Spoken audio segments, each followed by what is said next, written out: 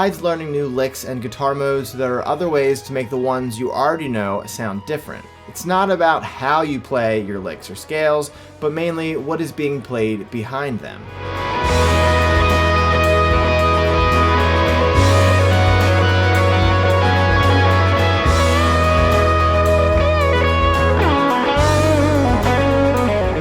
This video is mainly for those who don't completely understand guitar modes and are unfamiliar with those scale shapes. So once you're done watching this video, you will be able to play the scales you already know, assuming you know the major and minor / pentatonic scales, and have them sound like those other unique guitar modes.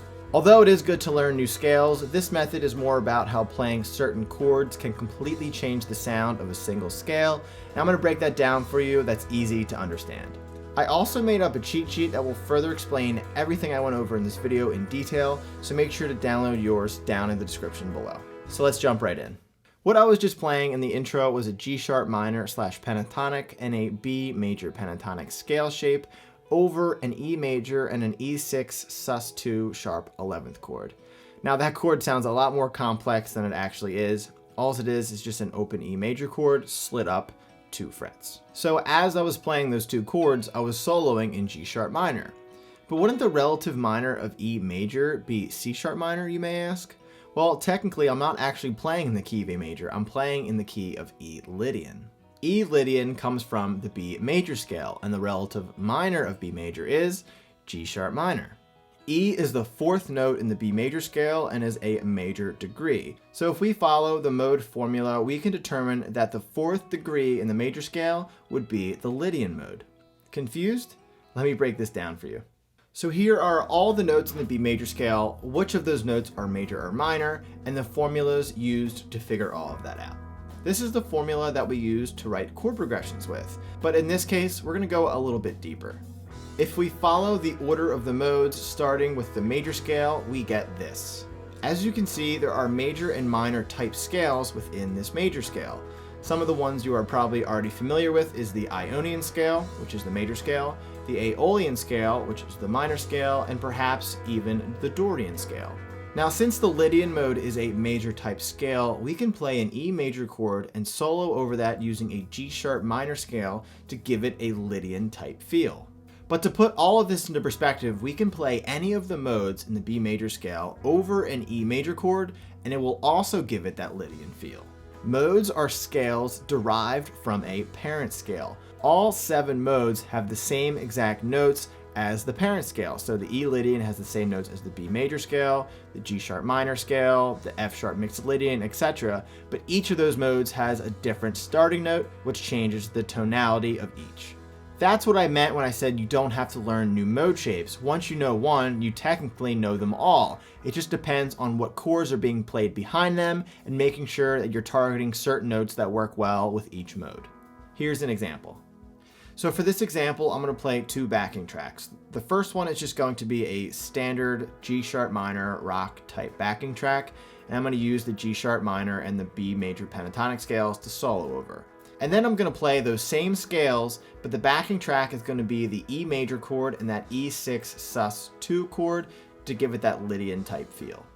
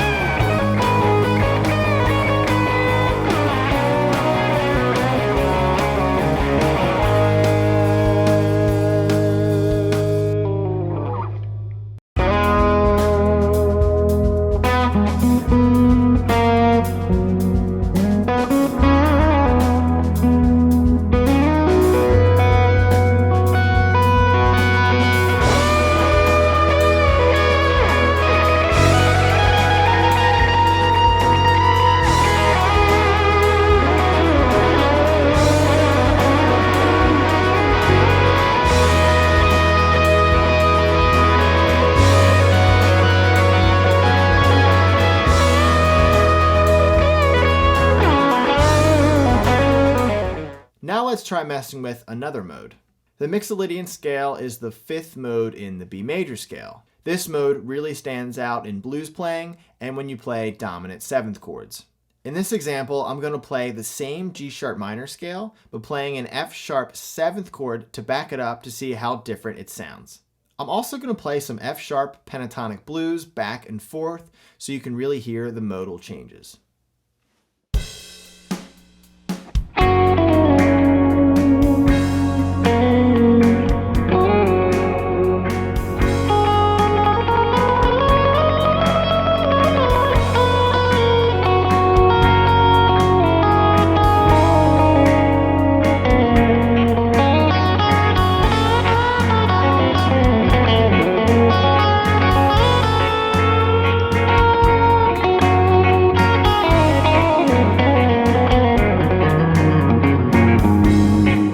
You can apply all of this to any key or any mode you want to mess with. This was just a good starting point for those who wanted to get started with these modes. You can slowly learn all of those other mode shapes so you can play all across the fretboard, but while you do that, you can really utilize just the one scale playing different chords just to really hear the differences that each mode has to offer.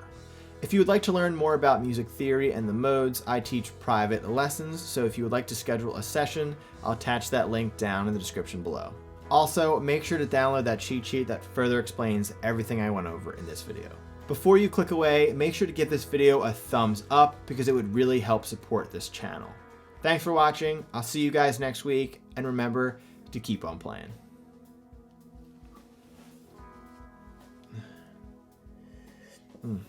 It's cold now, damn it.